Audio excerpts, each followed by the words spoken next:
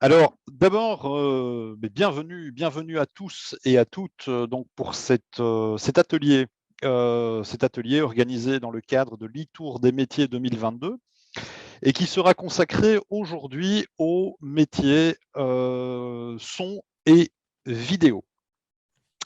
Alors, d'abord, dans un premier temps, et pour que tout se passe au mieux, quelques petites recommandations pour tous les gens qui nous suivent actuellement. Donc la première, écoutez, installez-vous confortablement. Donc voilà, simplement pour que vous soyez à votre aise et que vous puissiez profiter pleinement de cet atelier. Comme vient de le dire Sarah, veillez à couper votre micro et votre caméra. Alors, il y a possibilité effectivement de poser des questions, mais pour éviter que ça occasionne des troubles, nous vous invitons à poser vos questions via le chat. Donc ces questions seront lues évidemment, seront compilées et pourront être posées à la fin de l'atelier aux différents intervenants une fois que, les présentations auront été faites. Alors, n'hésitez pas, donc, avant que ça ne commence, à vous servir votre boisson favorite, que ce soit un soft ou autre, et vérifier que vous êtes bien branché sur secteur ou que votre batterie est suffisante. Alors, c'est important simplement pour ne pas que, en plein milieu de l'atelier, eh bien, votre ordinateur se coupe et que vous ne puissiez pas profiter de la fin. Voilà, donc, passé ces petites recommandations d'usage, eh bien, nous allons passer alors rentrer tout doucement dans le vif du sujet. Alors, nous allons, après ce petit accueil, je vais vous présenter donc, les personnes qui sont présentes donc, à cet atelier, les professionnels du métier qui sont présents. Ensuite, on fera un petit tour une présentation générale des différents métiers, une présentation des formations et des stages, et puis alors, il y aura un petit moment de réponse aux questions, donc comme je vous le disais, qui auront été collectées via le chat par l'intermédiaire de Sarah. Et puis, il y aura une petite conclusion à la fin. Alors, sont autour de la table aujourd'hui, donc Gaëtan Bartos, qui est formateur en animation radio, Emmanuel Pinto, qui est formateur en réalisation audiovisuelle, Igor Tserstevens, qui est, j'espère que j'ai bien prononcé votre nom, qui est photographe, Gaylor Deban, qui est collaborateur au pôle Arts et Métiers, et Raphaël DeWade, qui est donc délégué à la tutelle et donc qui s'occupe de l'encadrement des stages. Voilà.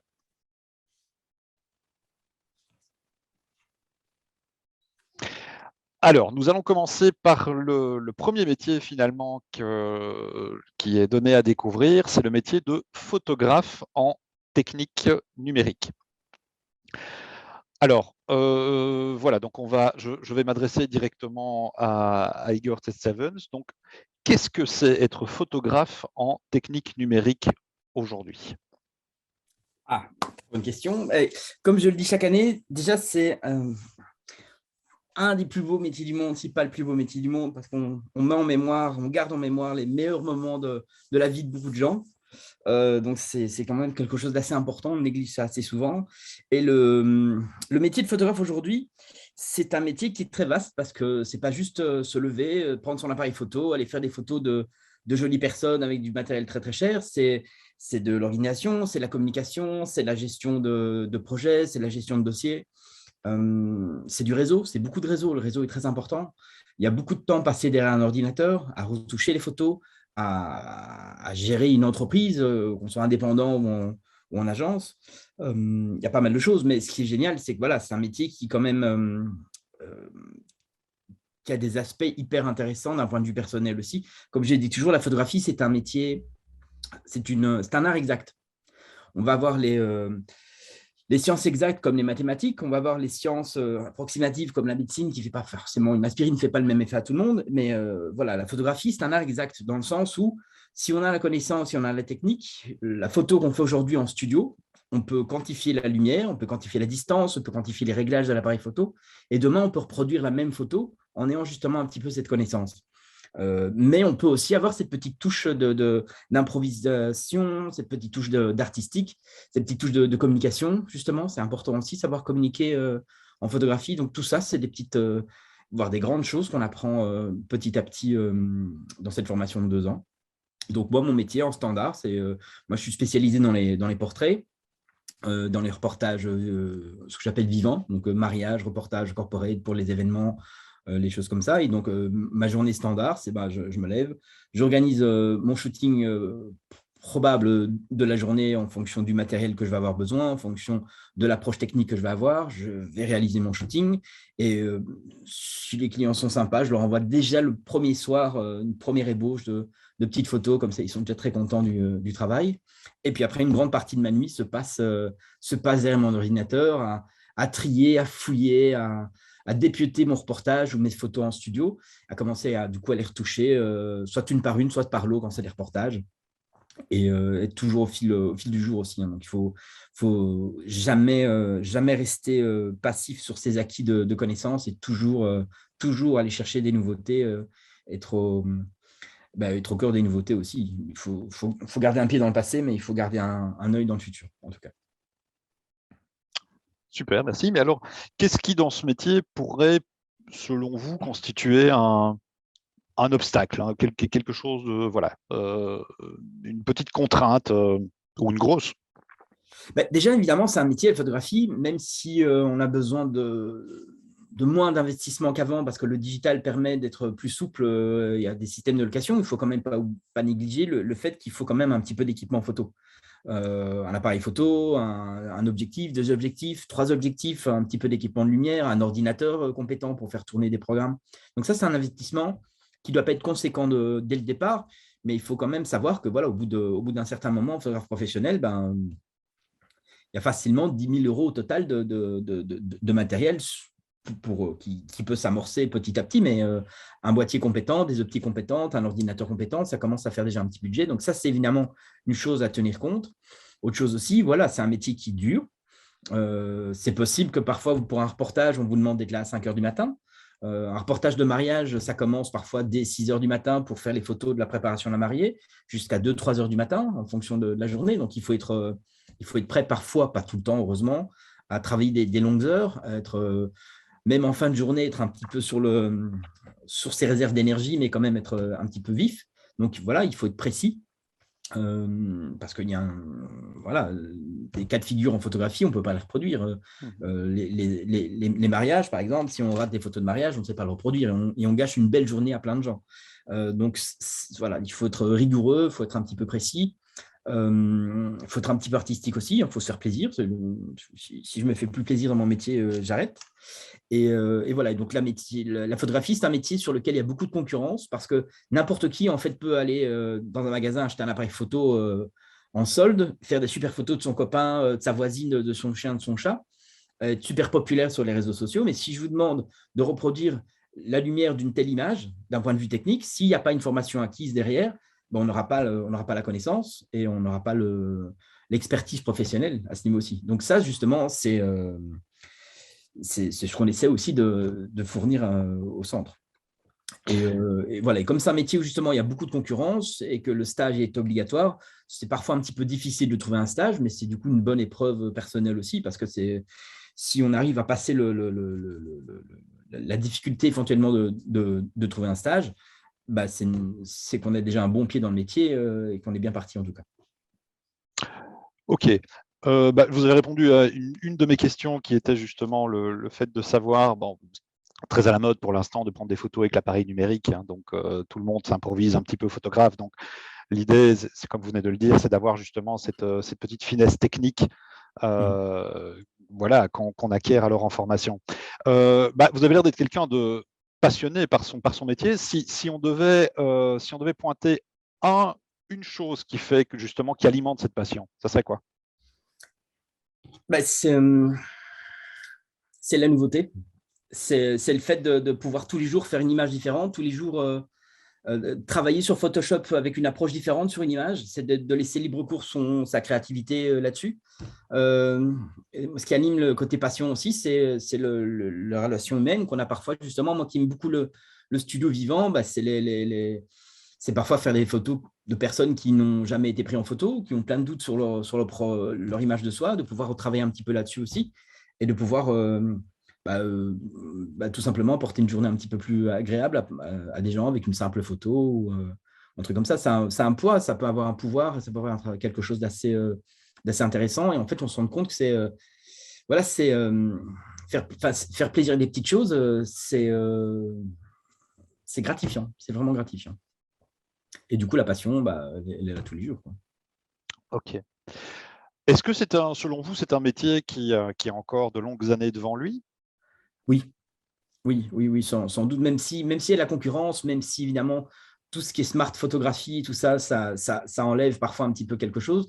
Je crois que c'est comme beaucoup d'approches. On va se rendre compte à un moment donné des qualités d'un photographe réel. On va se rendre compte de la possibilité d'ajout d'un photographe professionnel justement par rapport à la photographie amateur et la photographie automatisée avec tous les filtres et les actions qui sont possibles avec les technologies. Et c'est pour ça, et c'est ça qu'on va révéler aussi petit à petit les talents des personnes qui arrivent à aller au-delà de simples améliorations électroniques avec des Snapchat, des TikTok, avec des filtres automatiques où tout le monde se ressemble à tout le monde. En fait, il faut cultiver cette différence et cette image, quoi. Ok, merci beaucoup. Alors, en ce qui concerne maintenant, et là je m'adresse à Gaylor, en ce qui concerne la formation, alors la formation en technique numérique, comment ça se passe? D'accord. Eh bien, en fait, la formation donc se déroule sur, 2 ans, en tant que telle. Donc il y a une, soirée qui est consacrée aux cours de gestion par semaine, ainsi que, une, après-midi et une soirée complète, dédicacée aux cours de photographie, numérique. Donc, au niveau des cours de photographie numérique, il y a différents aspects qui sont abordés, notamment, comme Igor le parlait, le studio vivant en tant que tel, mais il y a également les aspects, nature morte, culture artistique et cetera. Donc, il y a différents angles de vue qui sont, qui sont appréhendés et par différents formateurs pour également permettre d'élargir les horizons et la culture artistique de nos futurs apprenants. Donc, au niveau des conditions d'admission, eh bien là, on est sur du second degré, donc à savoir une quatrième année secondaire de l'enseignement général, technique ou artistique réussi, ou alors une sixième professionnelle également réussie. Si jamais les candidats ne répondaient pas aux différentes conditions d'admission, il est toujours possible de présenter un examen d'entrée qui est gratuit. Donc, il ne faut pas hésiter à se tourner vers cette option si on n'est peut-être pas certain de son diplôme. Dans tous les cas, au niveau de la candidature, les diplômes sont analysés pour voir s'ils répondent aux conditions d'admission ou non. Igor l'a déjà précisé également, donc la pratique en entreprise est obligatoire pour l'obtention du diplôme. Et donc généralement, cette pratique professionnelle se fait via une convention de stage. Et là, Madame Dewey, ici présente, pourra nous en dire beaucoup plus long à ce sujet. Voilà. Eh bien, voilà la transition qui est faite. Donc, Madame de Wade, qu'en est-il alors de la convention de stage? Comment se passe l'accompagnement des stages en entreprise? Alors donc, nous, les délégués à la tutelle, on s'occupe principalement donc, des conventions de stage rémunérées sur Bruxelles. Pour les stages rémunérés, donc, il s'agit de stages à temps plein, donc maximum 38 heures par semaine, heures de cours comprises. Et alors, nous, on s'occupe vraiment du suivi de A à Z, donc ça va de la signature de la convention au suivi jusqu'à la fin de la formation. Donc, le stage est censé durer pendant toute la durée de la formation, donc pendant les 2 années. Voilà, maintenant, ça se peut que d'un côté ou de l'autre, ça ne se passe pas bien. Il y a toujours possibilité de changer de lieu de stage ou voilà. Mais le but est de rester dans la même entreprise pendant les 2 années. Il est possible pour les personnes qui sont occupées à temps plein ou à temps partiel de faire également un stage non rémunéré, mais alors là, c'est plus le pôle art et médias qui prend en charge ces conventions-là. Donc voilà, les délégués à la tutelle s'occupent vraiment des stages rémunérés à temps plein. Ok, merci beaucoup. Eh bien, nous allons passer donc au deuxième métier, qui est le métier d'animateur, réalisateur radio. Et donc là, je me tourne vers Gaëtan Bartos, qui est formateur, animateur radio. Qu'est-ce que c'est finalement être animateur radio Bonjour. aujourd'hui? Bonjour à Bonjour. tous. Alors, je tiens déjà à m'excuser parce que je suis en classe en même temps, donc je vais m'apprêter à donner cours. Donc, je fais ma petite présentation et puis je m'en vais parce que mes élèves attendent derrière. Ok. Et donc voilà, ils sont un peu dissipés. Sinon, donc, en quoi consiste le métier d'animateur radio? Alors, le métier d'animateur radio, il est là pour accompagner les gens à la radio avec du contenu, avec de la musique, avec des concours, etc. Mais derrière le métier d'animateur radio, il y a une véritable technique. Et ça, les gens ont du mal à le comprendre. On n'arrive pas derrière son micro en ouvrant son micro et en ne sachant pas ce qu'on veut dire. Non, il y a une vraie préparation, il y a un travail d'écriture, il y a des techniques de positionnement de voix, il y a des techniques radio et c'est tout ça qu'on apprend évidemment dans ces cours d'animateur, réalisateur radio. Et puis, il y a la technique pure et dure, genre le son. Donc ça aussi, vous l'apprenez évidemment à l'EFP. C'est un métier pour moi où il faut être passionné. Je pense qu'on n'arrive pas dans ce métier en n'étant pas intéressé par les médias et en se disant, bon, je vais voir un peu ce que ça donne et ce que je vais faire. Ce métier, on le fait parce qu'on a vraiment envie de le faire, parce que c'est un métier passionnant et que je pense que sans la passion, on n'arrive pas au bout, tout simplement, parce que c'est un métier qui demande quand même de la rigueur. Il y a beaucoup d'élèves qui arrivent à l'EFP en ayant des rêves, hein, en voulant être connus, par exemple, en voulant faire ce métier-là pour ça. Eh bien, malheureusement, ça ne marche jamais. C'est-à-dire que d'abord, il faut apprendre les techniques radio, il faut apprendre à faire de la radio, il faut bien la faire pour ensuite gagner et être connu. Donc voilà, c'est fatalement un métier qui attire avec la notoriété que ça a, avec les médias, etc. Mais c'est pas pour ça qu'on fait ce métier. On le fait pour les gens, pour communiquer vis-à-vis des gens. Donc il faut être social, faut aimer les gens, faut le faire avant tout pour les autres et pour soi aussi, évidemment un tout petit peu. Et donc voilà. Je peux encore poser une question ou c'est non, je fais une petite présentation, donc même 20 minutes si vous le souhaitez. Je veux vraiment que les gens qui sont avec nous comprennent bien le métier et qu'ils puissent se rendre compte. C'est parfait. Donc, moi, je me posais une question aussi, c'est concernant les horaires. Donc, parce que, je veux dire, on peut avoir, si je ne m'abuse, en tout cas dans ce métier-là, des horaires un peu… Voilà, qui ne sont pas des horaires de bureau, quoi. Non, c'est un métier où il faut être évidemment très flexible. Moi, j'ai des horaires, ça va parfois de 8 h du matin jusqu'à 22 h, parfois de 8 h du matin jusqu'à 14 h. Ça dépend. Moi, je suis indépendant, donc je fais de la radio chez Radio Contact, donc tous les jours, entre 10 et 13. Et puis ensuite, je m'en vais faire d'autres activités, comme par exemple donner cours à l'EFP, comme animer des événements corporate, animer des événements publics. En fait, ce métier d'animateur radio, il vous amène vers plein d'autres choses aussi après. Donc, il y a moyen de développer une véritable activité d'indépendant qui est très sympa. On peut être salarié aussi. J'ai des collègues qui sont salariés, qui, eux, font leur émission radio et puis qui, à côté, produisent, sont producteurs, sont ingénieurs du son, s'occupent des dotations antennes. Donc, il y a d'autres… Le métier d'animateur est mélangeable avec d'autres postes au sein de la boîte. Donc, il y a des animateurs qui sont en CDI. Moi, perso, ce n'est pas l'option que j'ai choisie. Moi, je voulais ma liberté et je voulais pouvoir changer de journée chaque jour. En fait, je ne voulais pas que mes journées se ressemblent. Je voulais voir plein de choses différentes. Donc, j'ai choisi d'être indépendant.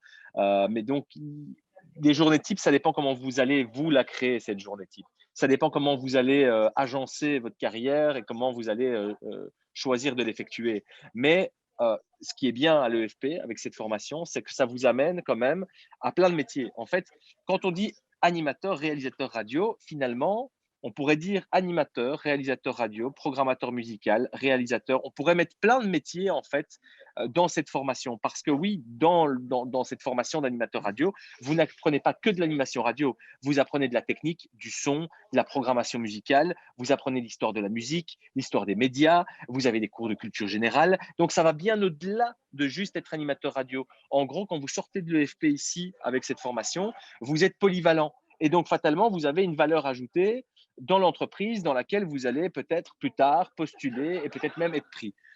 Donc, le métier d'animateur radio est beaucoup plus large que juste animateur radio. Oui, justement, une dernière question. Donc, il y a, on dit animateur, réalisateur radio. Donc, en fait, ça implique aussi, si je ne m'abuse, toute une partie Technique, réalisation, tout donc à fait. technique de montage, etc. C'est ça, hein? Exactement. Donc, en fait, on est animateur, mais on est aussi réalisateur parce que souvent, les animateurs, nous, on fonctionne en même temps en self-op, comme on dit ça, c'est-à-dire qu'on réalise nous-mêmes nos émissions. Et donc, il faut apprendre toutes les techniques, l'étape de mixage, la manière de passer un son, la manière de mixer un son. Donc, il y a pas mal de petites techniques comme ça que vous allez apprendre en même temps en son et donc, qui va vous permettre, finalement, si vous n'aimez pas parler dans un micro, si vous n'aimez pas le côté animation radio, ben, vous pourriez très bien être réalisateur radio. Et vous pourriez même aller plus loin. Il y a des cours de reportage, il y a des cours de technique d'interview, donc il y a des bases de journalisme qui vous sont enseignées. Vous pourriez peut-être plus tard être reporter radio aussi avec cette formation. Donc, on dit animateur-réalisateur radio, mais c'est bien plus vaste que ça et vous pouvez avoir beaucoup plus de débouchés que juste animateur et réalisateur radio. Justement, donc je vais faire la transition par rapport au débouché. Donc, et je vais vous poser la même question qu'à Monsieur Tsirtsevens. Est-ce qu'il y a de l'avenir dans ce métier? Je veux dire, voilà, est-ce que justement les web radios contribuent au fait que ça va se pérenniser ou? Alors, il y a de l'avenir dans le sens où on manque d'effectifs, on manque de jeunes talents. Ce qui se passe, c'est qu'aujourd'hui, le jeune qui a 18, 19 ans, il est passionné par quoi? Dans l'artistique. Il veut soit faire de la télé-réalité avec les anges de la télé-réalité, et voilà, ou soit il veut être DJ. Le milieu du DJing est complètement bouché, il y a énormément de DJ qui font carrière. Moi, de mon temps, on voulait être animateur radio, animateur télé. Aujourd'hui, je ne sais pas pourquoi, c'est un métier qui suscite beaucoup moins de vocations. Et donc, il y a des places à pourvoir, il y a vraiment de la place. Moi, je vous donne un exemple d'un élève qui est sorti il y a 2 ans maintenant, il s'appelle François Évrard. Il est arrivé, comme vous allez peut-être arriver à l'ESP, et il est sorti diplômé. Et aujourd'hui, il a été engagé comme responsable digital chez Radio Contact. Donc, sa formation d'animateur radio l'a amené vers chez Radio Contact et vers ce poste en digital. Donc lui, il s'occupe de Radio Contact en télévision, il s'occupe de nos réseaux sociaux et alors il a lancé la chaîne Twitch de Radio Contact qui est toute nouvelle. C'est lui qui a fait le lancement de ceci et il s'occupe de ça à temps plein et en même temps, il commence à faire des maquettes d'émissions radio pour arriver en radio. Donc, il y a vraiment des débouchés dans toutes sortes de métiers, que ce soit dans le digital, que ce soit dans l'animation radio, que ce soit dans la réalisation radio, la programmation musicale, le journalisme, etc., etc. Donc, il y a vraiment un panel de métiers qui peuvent vous faire rentrer dans le monde de la radio et on manque vraiment de jeunes talents. Mais quand je dis jeunes talents, c'est que ça doit être des jeunes talents qui s'intéressent vraiment au métier, qui écoutent la radio, qui apprennent les techniques en formation et qui les appliquent. Le but du cours d'animateur radio et réalisateur radio, c'est pas de devenir une star, je le rappelle. C'est très important. On peut avoir des rêves, on peut avoir des objectifs, mais ils viendront par la suite. D'abord, avant de devenir connu, c'est comme un chef de cuisine. Il est connu parce qu'il fait de la bonne nourriture et parce que les gens aiment ce qu'il fait.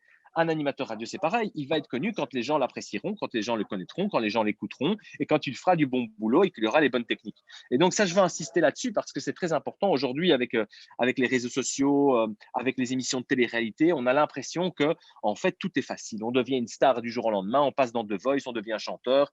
C'est pas ça. C'est pas la vraie vie. Donc, je veux vraiment insister là-dessus. Animateur radio et réalisateur radio, c'est énormément de travail, beaucoup de concessions. Mais quand on veut y arriver, quand on a un rêve, tout est possible. Et ça, je parle de ça dans n'importe quel métier, que ce soit la photo, comme Igor l'expliquait tout à l'heure, que ce soit la vidéo, comme Manu va l'expliquer. Quand on est passionné, quand on a envie d'arriver quelque part, quand on a un objectif et qu'on se donne les moyens d'y arriver et qu'on bosse très dur, eh bien là, on arrive à quelque chose, on arrive à faire une carrière et on arrive à être une star parce qu'on a été professionnel. Et donc voilà. Je n'ai rien d'autre à ajouter, c'était parfait. Merci beaucoup. Merci beaucoup. Avec plaisir. Eh bien, donc je vais justement, donc on va passer, comme ce fut le cas pour la photo. Donc je reviens vers Gaylor de Ban. Alors, qu'en est-il finalement de la formation théorique? On a déjà touché un mot, mais peut-être aller un peu plus en détail. Oui, donc tout à fait. Donc effectivement, donc au niveau de l'organisation des cours, on est un peu sur le même principe que les photographes, hein. Donc il y a une demi-journée qui est dédicacée aux cours de gestion et un jour et demi par semaine ici, en l'occurrence, qui est dédicacé aux cours professionnels, donc de radio. Gaëtan a déjà dit beaucoup de choses à ce sujet, et des choses très pertinentes. Donc, effectivement, on vous apprend avant tout à être polyvalent dans les différentes techniques de la radio, de l'interview, effectivement du reportage, apprendre à monter vos interviews pour pouvoir les diffuser par la suite et ce genre de choses. Donc, c'est vraiment une formation qui est effectivement très complète. Et je pense que Gaëtan a vraiment dit beaucoup de choses là-dessus. Mais en gros, peut-être pour les stages, Gaylor, je vais peut-être préciser, n'ayez pas peur. Les stages, c'est pas évident à obtenir. On est bien d'accord là-dessus. Le milieu est plutôt petit, tout le monde se connaît, mais il y a les web radios, les radios locales, les radios nationales.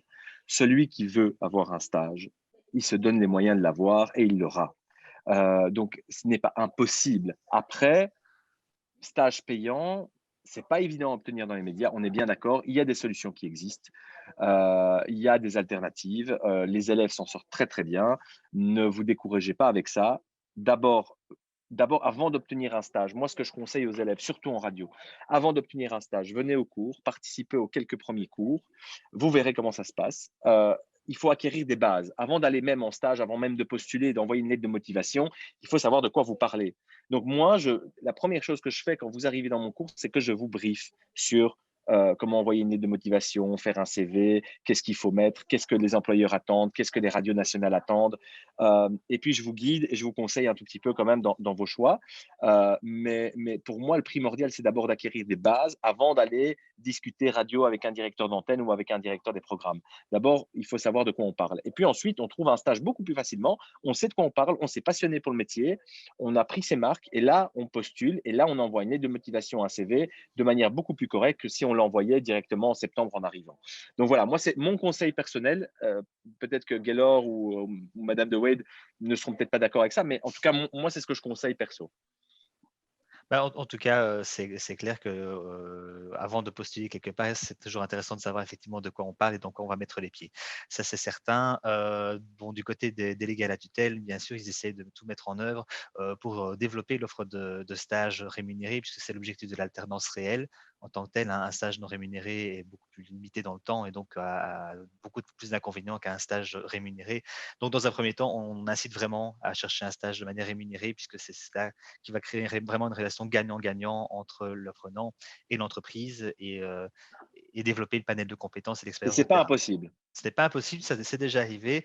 Bien Bon, sûr. malheureusement, alors, c'est quelque chose d'encore trop rare à l'heure actuelle, mais on compte sur nos futurs candidats pour débloquer tout ça et donner le meilleur d'eux-mêmes pour dégoter un fameux stage rémunéré en entreprise. Donc voilà. Si je peux faire une petite pastille. Allez, petite. Petite, c'est parce que justement, à propos des stages, il y a un site qui s'appelle Student for Monday, qui est une sorte de Tinder pour les stages, les stagiaires. Ça permet de mettre en relation, c'est plutôt lié à tout ce qui est stage lié au marketing, donc photographie, graphic design, communication, tout ça. Donc, pourquoi pas pousser ça pour la radio? Et en fait, on peut postuler, faire un profil comme postulant et un profil comme recruteur. Ouais. Et ça met en relation justement les trucs là. C'est assez bien foutu. Ça existe depuis 1 an et demi, mais ça a le mérite d'aider à trouver des stages. Super, merci du tuyau. Eh bien justement, on fait le pont avec les stages avec donc Raphaël de Wade. Donc ici, on disait justement que les stages rémunérés étaient un peu compliqués à obtenir. Oui, bah je confirme tout ce que Gaëtan a dit. En fait, voilà, c'est clairement pas impossible, mais il faut vraiment montrer de la motivation. Et c'est vrai que je suis d'accord avec lui en disant qu'il faut acquérir un petit peu d'expérience avant de pouvoir postuler dans des radios, parce que voilà, les places sont chères et il faut pas désespérer, mais il faut vraiment montrer de la motivation par rapport au métier, quoi. Et on vous donne un coup de pouce aussi. Même nous, formateurs, quand on a des bons tuyaux, quand on sait qu'on cherche un stagiaire à la RTBF, RTL. Moi, je conseille toujours mes élèves et en général, j'essaie de leur donner un petit coup de main, en tout cas dans les contacts. Donc, c'est vraiment pas impossible. Et l'important, c'est d'avoir un pied dans le milieu, de commencer votre formation et au fur et à mesure, vous allez faire des rencontres. Et de toute façon, celui qui est motivé, il obtiendra son stage quoi qu'il arrive. Ok. Merci à tout le monde. On va passer. Merci à vous, je vous abandonne, moi. À bientôt. Bon cours. Très bonne porte ouverte. Salut. Merci. Nous allons passer maintenant donc au troisième métier que nous souhaitions aborder avec vous aujourd'hui, qui est le métier de graphic designer. Alors, nous n'avons pas de graphic designer ici dans la salle. Donc, Si. il y a un graphic Oui, c'est notre ami Igor qui a la double casquette. Ah, bon, ok, super. Ben voilà, donc, donc je reviens vers vous, Igor. Donc, pour graphic designer, c'est un concept qui est un peu, a priori comme ça, qui est un peu compliqué à comprendre. Qu'est-ce qui se cache derrière cette appellation? Tout. En fait, voilà, dès que vous voyez quelque chose imprimé avec un logo, avec du texte, avec des images, quoi que ce soit, c'est un graphic designer qui l'a fait. Le logo d'une marque de vêtements connus, c'est un graphic designer qui l'a fait. Une publicité dans un abri de bus, c'est un graphic designer qui l'a fait. Une publicité animée aussi, il y a de plus en plus courant maintenant des écrans avec des publicités animées. C'est un motion designer, mais à la base, graphic designer. Donc, en fait, c'est un métier qui touche énormément de choses. N'importe quel boucher charcutier aura besoin d'une carte de visite. Un agent immobilier, il aura besoin d'une bannière pour son site web. Donc, en fait, ça permet de développer ses talents créatifs sans même devoir savoir dessiner. Moi, je ne sais pas dessiner et pourtant, je me démerde quand même à faire des productions, on va dire, correctes. En fait, on peut développer sa créativité et son orientation en jouant simplement avec des lettres, en jouant avec des formes. Si on est plus apte à dessiner, on peut faire des logos dessinés à main levée, on peut faire des logos créatifs avec des assistances de programme. Donc, ça permet de compléter et de faire énormément de choses. Et alors, finalement, c'est quoi la journée type d'un graphic designer? C'est pas très loin de la journée d'un type presque d'un photographe, hein, à part qu'évidemment, là, en fonction de l'orientation qu'on prend, si par exemple, on travaille en agence, depuis le confinement, depuis le Covid, beaucoup de gens travaillaient à domicile. Ça, c'était quelque part une des grandes forces des graphic designers, c'est qu'on pouvait facilement travailler à la maison derrière son ordinateur et quand même continuer à communiquer avec des outils actuels qu'on a tous utilisés. Mais en général, on voit les projets, on voit les commandes qui sont en cours, on fait des ébauches, on fait des esquisses, on communique beaucoup. Il faut beaucoup de communication là-dessus pour savoir bien aller dans la direction que le commanditaire veut pour réaliser le projet final. Donc, il y a pas mal de temps passé derrière un ordinateur justement pour faire un petit peu de recherche créative, pour jouer justement avec des milliers de familles de caractères différentes pour aller dans la direction qu'on veut. Donc, il y a beaucoup de créativité qui se passe derrière aussi, un petit peu de technique, parce qu'évidemment, il y a certains programmes, Photoshop, InDesign, Illustrator et d'autres, qui peuvent paraître assez complexes, qui peuvent faire peur à plein de gens. Ça, on passe très vite au-delà de toutes ces frayeurs avec les formations diverses. C'est des programmes qui ne sont pas franchement si compliqués que ça. Et donc, une journée classique, voilà, c'est beaucoup de communication, beaucoup de temps derrière un ordinateur, soit en agence où là, du coup, on est social avec plein de gens autour, soit chez soi en travaillant avec sa tablette graphique, avec ses ordinateurs, avec tout son système. Donc, c'est un métier qui peut être adapté en fait à tous les profils, hein. On peut être très casanier et très introverti et très bon graphiste, comme on peut être hyper social, avoir une bonne relation humaine et très bien pouvoir se développer artistiquement, professionnellement aussi. Ok. Vous parliez… J'avais mis un écriteau. Merci. C'est rien, c'est le garde Securitas qui vient de rentrer dans mon bureau. Aucun problème. Donc, qui se demandait pourquoi il y avait de la lumière. Je reviens 2 secondes en arrière. Donc, au niveau des graphic designers, donc vous disiez que forcément, il faut rencontrer les attentes du client, du commanditaire. C'est pas toujours simple, ça, non? C'est pas toujours simple, parce que là, il faut petit à petit développer presque des talents de psychologue, en quelque sorte, parce qu'il faut pouvoir aller chercher chez le client. Parfois, il va vous dire, tiens, je veux ça, mais il faut pouvoir parfois lui dire, oui, mais ça ne va pas être possible, parce que tu vends du boudin et tu veux faire un logo avec une voiture.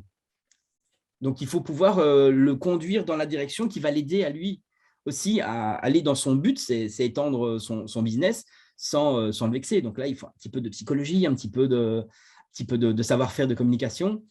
Et ça s'apprend par la pratique. On n'a pas des ateliers de communication avec des simulations, on pourrait en faire. Hein. Ceci dit, ça peut être assez intéressant. Moi, j'essaye d'être assez versatile dans les cours en proposant des projets concrets. Pendant justement le confinement, je demandais aux photographes, mais aux graphistes aussi, j'allais faire des tours de certains commerces qui étaient un petit peu en difficulté à cause du Covid et je leur proposais, est-ce que vous n'avez pas besoin d'un petit coup de main pour faire une affiche, pour faire un logo spécial pour vous aider pendant le Covid?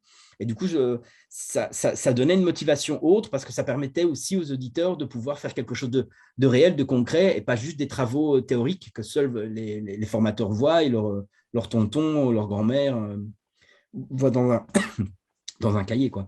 Donc, effectivement, il faut un peu de psychologie pour pouvoir aller chercher ce que le client final a besoin. Ok, même question que pour les autres. Au niveau des débouchés, c'est un secteur qui, à mon avis, se développe pas mal pour l'instant. Ça bouge beaucoup parce que les technologies bougent, parce que voilà, maintenant on a des écrans partout. Comme je disais tout à l'heure, voilà, maintenant les publicités dans les abribus, dans les métros, c'est plus des affiches, c'est des écrans. Donc du coup, ça permet d'être plus réactif. Mais il faut être plus au goût du jour aussi.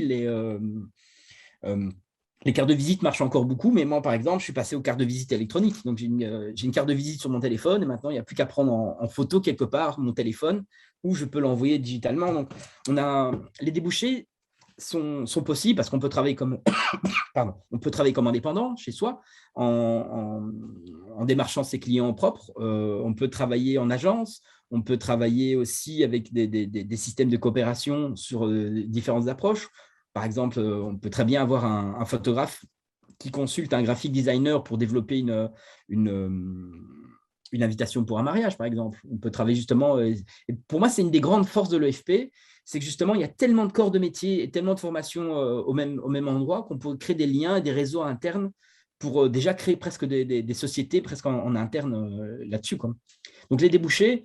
je ne m'inquiète pas du tout là-dessus parce qu'on aura toujours besoin de graphistes. Tout le monde a un moment donné. Ok, merci. Alors, je reviens à Virgule Ordeban. Formation théorique donc pour les graphic designers. Oui, et bien là, donc on est également sur un programme de 2 ans de formation. Là, il faut compter que vous êtes occupé à raison de 2 journées par semaine. Donc, il y a un horaire qui est plutôt pour les matinaux de 10h à 17h30 et un horaire légèrement décalé où là, les apprenants commencent à 14h jusqu'à 21h30. Mais dans tous les cas, il s'agit d'une formation de 2 jours semaine au centre de formation. Les conditions d'admission sont toujours les mêmes et la pratique en entreprise est également obligatoire pour l'obtention du diplôme. Ok, super. Raphaël De Wade, au niveau des stages, est-ce que voilà comment ça se passe? Ben, c'est comme pour les autres, en fait. Donc, nous, on s'occupe des conventions rémunérées à temps plein. Et ce que j'ai oublié de préciser tantôt, c'est la grosse différence avec les écoles classiques, c'est que pendant les congés scolaires, donc quand il n'y a pas cours, le stagiaire doit être à temps plein en entreprise. Donc ça, c'est important de le savoir avant de se lancer. Et donc, au niveau du stage en graphic designer, c'est vraiment dans des secteurs très variés parce que, comme Igor l'a dit, on a besoin de graphic designers dans tout type d'entreprise. Donc, voilà, il y a vraiment beaucoup de possibilités différentes. Super, merci beaucoup. Et je vais répondre, il y a juste une personne qui demandait en quoi un graphic designer est différent d'un infographiste. En fait, c'est le nouveau nom de la formation. Donc, voilà, c'est similaire. Voilà, ça fera une question de répondue. Donc, le dernier métier. Ah, tiens donc.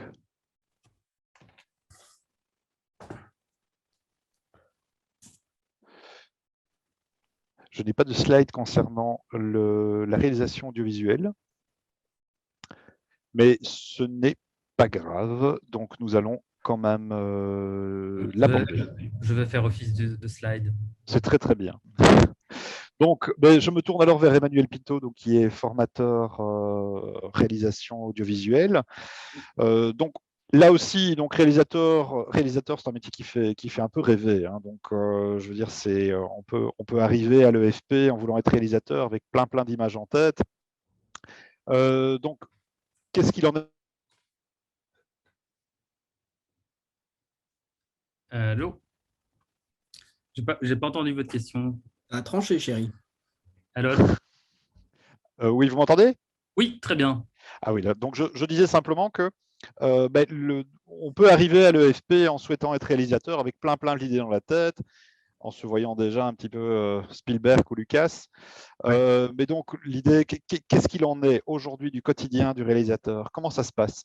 Alors, c'est très simple. Déjà, l'appellation réalisateur audiovisuel n'est pas protégée. Donc, c'est un métier, ça veut dire que tout le monde peut être réalisateur. Vous pouvez prendre votre téléphone et vous pouvez commencer à réaliser une vidéo, un reportage.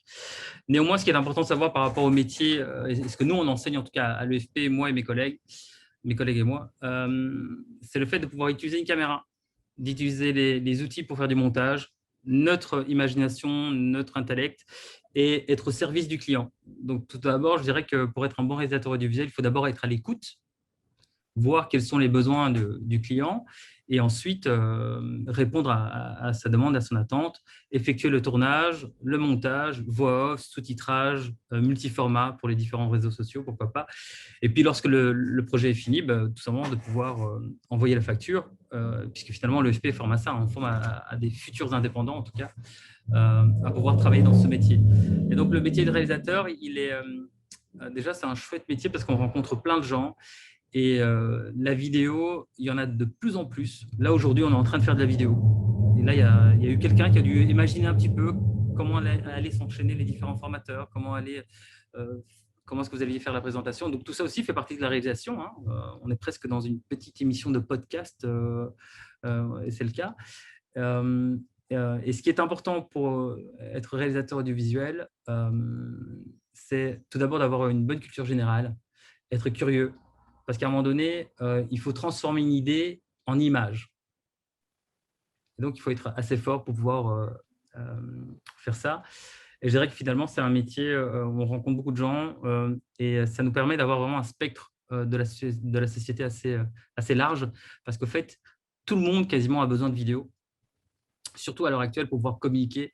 Et la vidéo n'est pas uniquement destinée au cinéma, parce que bien souvent, quand on dit réalisateur audiovisuel, on dit « Ah, c'est uniquement pour les cinémas ». Non, on peut être réalisateur, comme l'a dit Gaëtan tout à l'heure, au niveau de la radio, mais on peut être aussi réalisateur en télévision, on peut être réalisateur dans des entreprises, par exemple, qui de plus en plus ont leur propre studio. Nous, on a un client qui depuis cette période, a investi dans un studio in-house. Donc, c'est-à-dire qu'ils ont investi dans des caméras avec un petit studio, hein, mais ils ont un studio chez eux et ils ont engagé quelqu'un pour faire de la vidéo, pour communiquer. Et donc, j'anticipe déjà un petit peu votre question par rapport au métier d'avenir. Est-ce que le métier de réalisateur audiovisuel est un métier d'avenir? Il est surtout un métier de présent.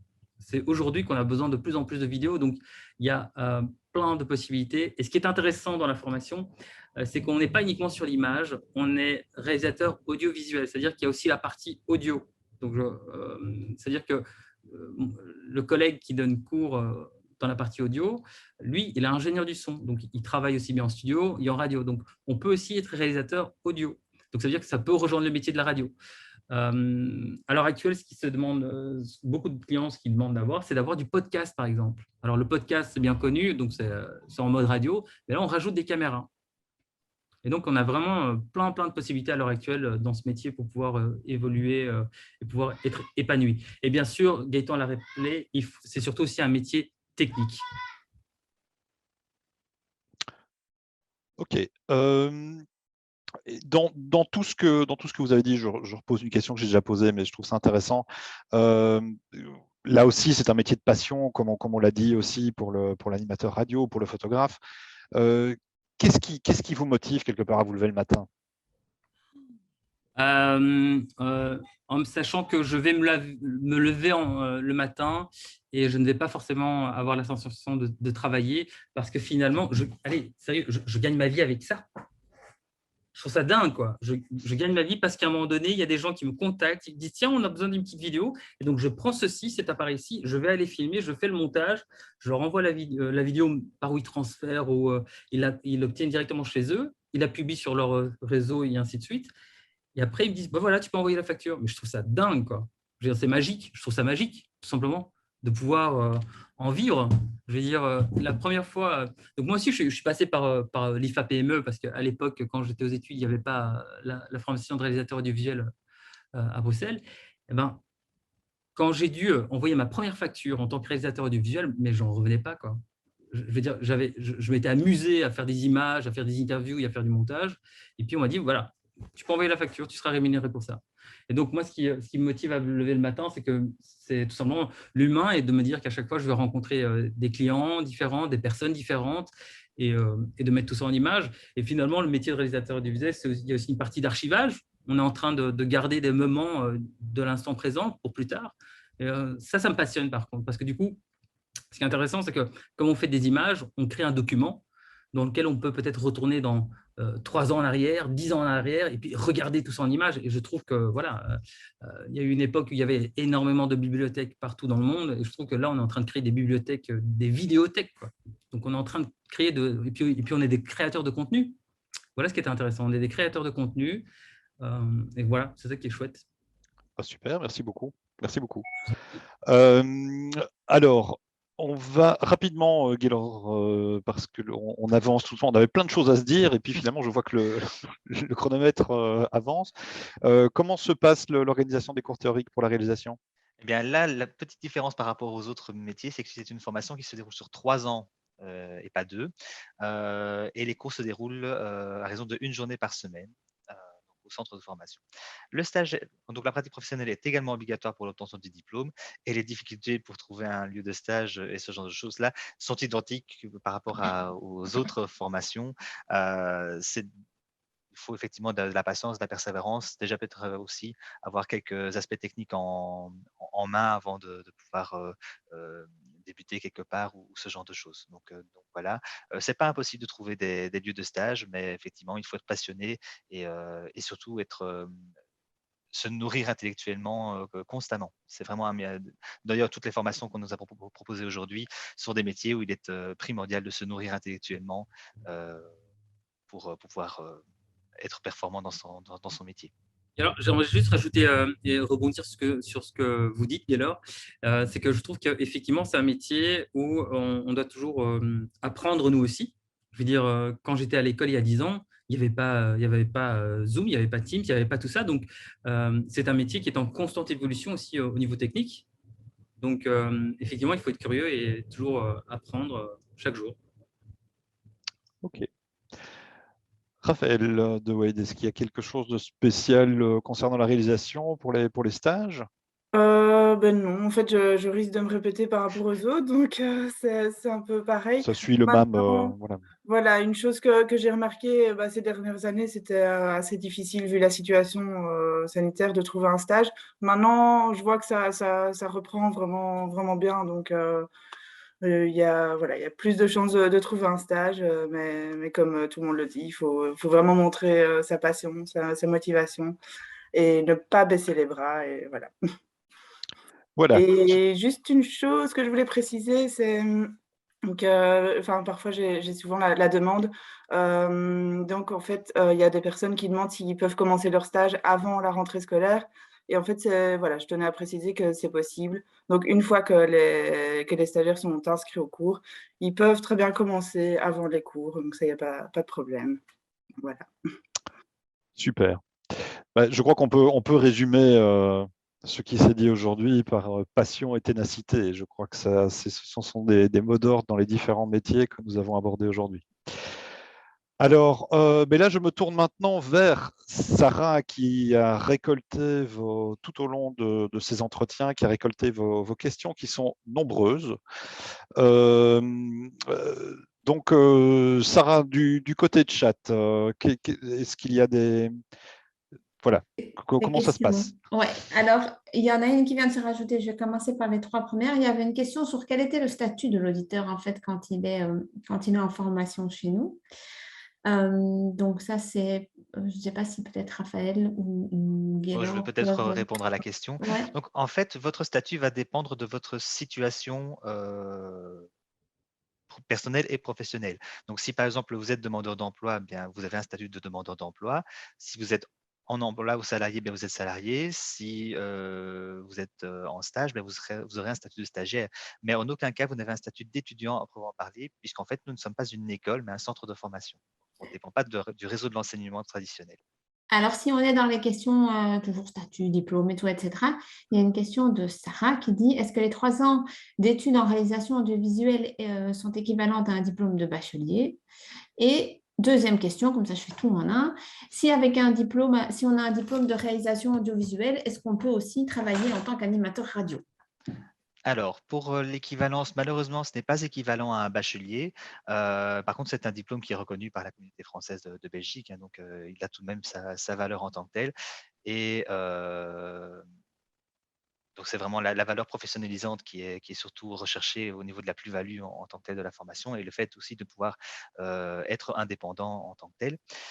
Et alors, au niveau de la question pour la radio, Gaëtan en avait déjà abordé tout à l'heure l'aspect. Effectivement, vous avez une formation de technicien dans le montage vidéo et audio, et donc c'est tout à fait compatible avec la radio, en tout cas sur un des aspects.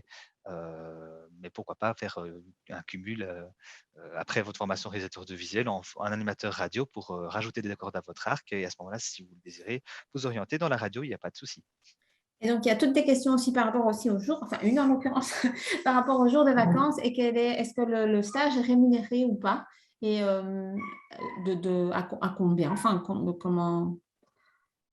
Donc, concernant les jours de congé, donc comme j'ai dit, quand c'est les congés scolaires qu'il n'y a pas cours, vous êtes censé être à temps plein en entreprise. Maintenant, évidemment, vous avez droit à des congés.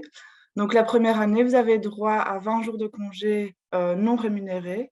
L'année suivante, vous avez droit à un certain nombre de jours de congés rémunérés sur base de ce que vous avez travaillé l'année d'avant. En fait, c'est comme un employé classique. Donc, par exemple, si vous commencez votre stage le 1er juillet de cette année, l'année prochaine, sur les 20 jours de congés rémunérés, vous aurez droit, non rémunérés, vous aurez droit à 10 jours de congés payés. Mais dans tous les cas, vous avez 20 jours de congés par an.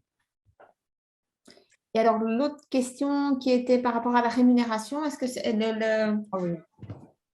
Donc, oui, le stage est rémunéré. Donc, la première année, le barème minimum est plus ou moins de 470 €. Je n'ai pas les barèmes exacts en tête.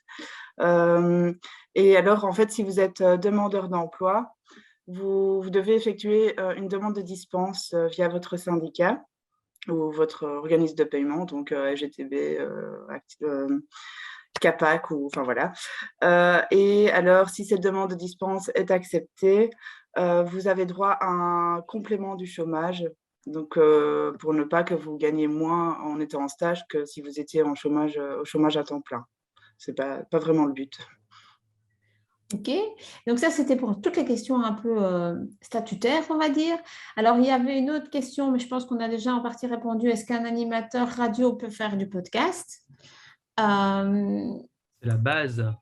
Tout à fait. C'est presque la base. À part que la radio, c'est du direct, et que le podcast, c'est du direct qui est enregistré, qui peut être réécouté plus tard. Donc, bien sûr. Et j'aimerais aussi rebondir aussi par rapport à cette transvasilité entre les métiers. C'est que les radios de nos jours sont filmées. Donc, on a besoin d'un réalisateur derrière aussi. Alors, c'est devenu automatique, mais il y a un moment donné, il faut peut-être un réalisateur qui derrière va aller découper des séquences pour faire des extraits. Donc, bien sûr qu'il y a moyen de communiquer tout ça, et il y en a en plein dedans. Aujourd'hui, par exemple, on enregistre, il y a quelqu'un qui va derrière découper tout ça et le publier sur Internet. Donc, oui. Merci beaucoup. Et alors, une autre question sur le contenu. Quelle est la différence entre graphic designer et infographiste? Oui, donc là, en fait, comme Raphaël le précisait tout à l'heure, il n'y en a pas en tant que tel, hein, c'est la même métier, si ce n'est que peut-être graphic designer aura plutôt avoir une tendance à être comprise de la même façon dans différents pays, alors qu'infographiste sera peut-être plutôt interprété au niveau francophone en tant que tel. Voilà, c'est peut-être pour la English touch en tant que tel. Voilà. Eh bien voilà, on a fait le tour des questions, enfin du moins celles qui étaient écrites dans le chat. Si vous en avez d'autres, n'hésitez pas à revenir vers nous via info@efp.be. Alors, il me reste à vous donner quelques petites informations générales. Donc là, vous voyez sur le slide qui passe pour l'instant donc les modalités d'inscription. Donc pour les formations apprentissage jeune, les inscriptions démarrent le 16 mai via le délégué à la tutelle.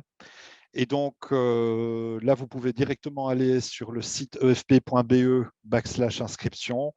Et donc, vous suivez simplement, vous cochez, vous cliquez sur le métier qui vous intéresse et vous aurez directement les horaires de permanence du délégué qui s'occupe de ce métier. Et donc, vous pouvez alors téléphoner et prendre rendez-vous.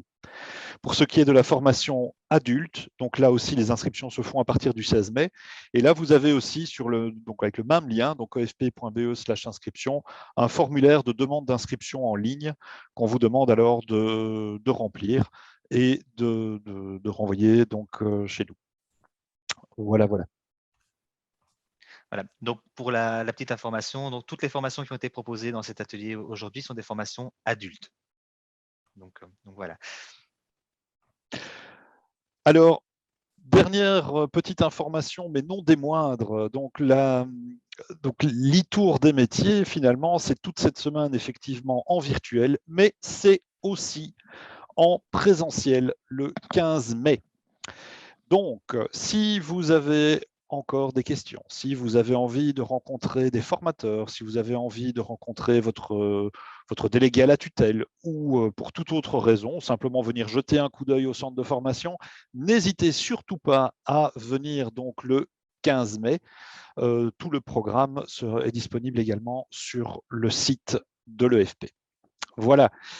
Mais il me reste à vous remercier, vous, pour votre présence, pour vous être connectés et votre intérêt pour nos formations, et à remercier chaleureusement chacun des intervenants aujourd'hui, donc M. Bartos, M. Pinto, M. Stevens, M. Deban et Mme De Wade, pour les différentes interventions qui ont eu lieu. C'était très intéressant. Merci beaucoup et je vous souhaite une excellente soirée.